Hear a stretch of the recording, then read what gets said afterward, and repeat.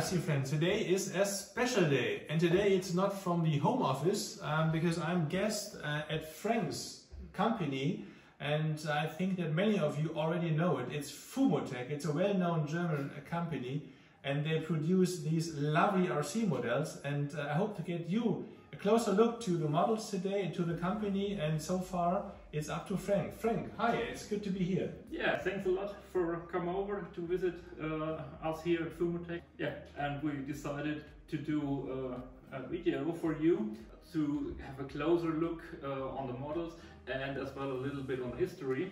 And talking about history, Björn is one of my first customers 15 years ago. 40 years ago, yeah. So yeah, can you share some of your thoughts from the past? Why did you get the first FUMOTEC model? Or was it FUMOTEC already? No, it wasn't FUMOTEC. It was just, I think, Frank Preisendorfer, right? Yes. So there was this name was still missing, and I was looking for a huge, powerful excavator. And so it was you who built first one, a Hitachi 470 LCH, I think. Yes. But it was in a different scale. It was 1 to 12. 1/12 scale, yes. 12 scale, so it was really large. Yeah. But 14 years ago, for me, it was important to have a large excavator because this is just cool to have something big. And so we got into contact, and I think you sold it via this well-known platform. Yeah, indeed. And it was also my intent in that time to have something big. It was I was focused on the length of the tracks. It's just crazy. From the normally you talk about scale. I was new in that scene, so my focus was indeed the length of the tracks should be 45 centimeters. Hope that makes sense in English. That was my focus, and I picked the model to have that size. So that was the story there. And yeah, but then we realized that 1/12 is not the perfect scale. Yeah, we had a chat together. Then we realized that if we convert the machine to a Saxis 870, it's really close to the shapes, and we can actually use the machine itself by changing the upper structure and the cabin. Yeah, and that was the first 870 that we built, and that we enter in the right scale at least. Exactly. And since then, as you can see right here in the video, a lot has happened. So when you see these plenty models standing in front of us, and they are all, I guess, 1 to 14.5 scale. Yes. Exactly. So this very well-known German scale, it's a kind of standard. And so a lot has happened since then, and maybe just give us an overview of 40 years. What has happened? Yeah, so after that first excavator where we founded, then FUMOTEC started to get in touch with Bell machines, so the articulated dump trucks. We started because, again, it needs to be big. We started with the Bell B50 D series. That was another model that you got. I remember. And, we were into the big stuff, big toys in that time. So that was one of the next models. After that, we built the Bell B40D, so slightly smaller, because not everybody was so excited about the really big models than we were. And yeah, it was more and more, when you get into the scene, you realize that it's not only about the big models, it's about the right scale, and that everything fits together. And so yeah, we also started with Komatsu, what we now focused on, and built a PC490. We had the WA500 loader, which we stopped now and replaced it by the brand new WA475.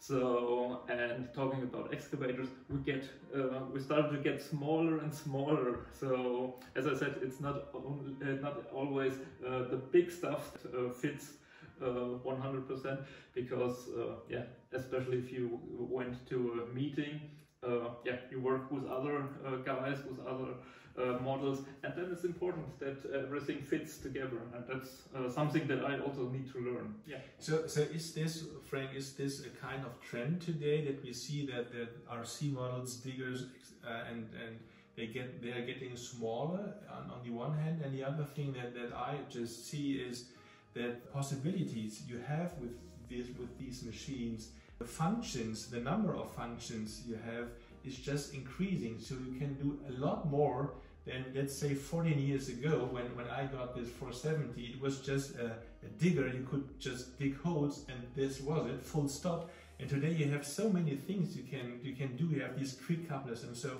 is this a kind of trend that these machines getting smaller and do have more function than in the past?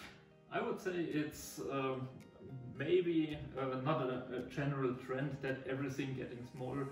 Talking about more functions, definitely it's yeah, that's worth to have a look, because most of the RC modelers want to have quick couplers, what we simply almost don't have in the beginning, and so yeah, that's definitely an important point to get more details.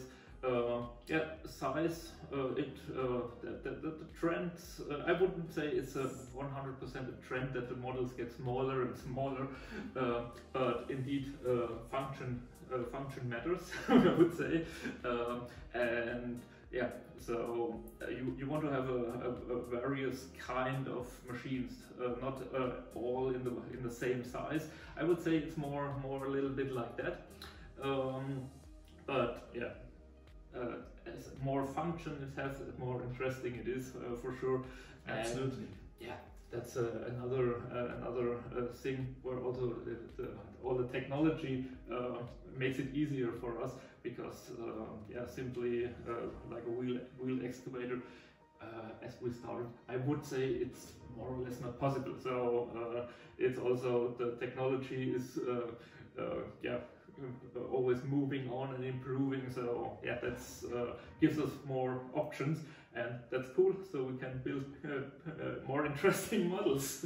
Cool, very cool. Okay. Yeah, so we talked about history a little bit, and another important point is also from a construction point of view that I want to point out, because you can do yeah, each detail really complex, and you can also do it really cheap, and both is not what we want, and yeah, let's call it a good price quality ratio. So we always try to do yeah, stable, valid models, of course, detailed models. And so all our models have welded steel frames, which is really important, and indeed really all of the machines have that. And yeah, the covers, let's say, that are made from a high quality plastic, indeed, don't always need to be metal from my point of view, because after it's painted you can't see it. And so we can get yeah, a good a good balance, I would say, between really complex and expensive way to do things, and a really cheap way where you have problems after a short period of time. And yeah, we want to have something, yeah, really, yeah, valid indeed. And yeah, that's an important point. And we will see this when we have a closer look to the models step by step. And yeah, we can have a look how it's done. And I would yeah, give you some detailed information about the construction background as well on the models. So this was the keyword. We can see it. So let's start with the review and go through your really nice models. Yeah, that's great. Okay, good. Yeah, let's start. Let's start.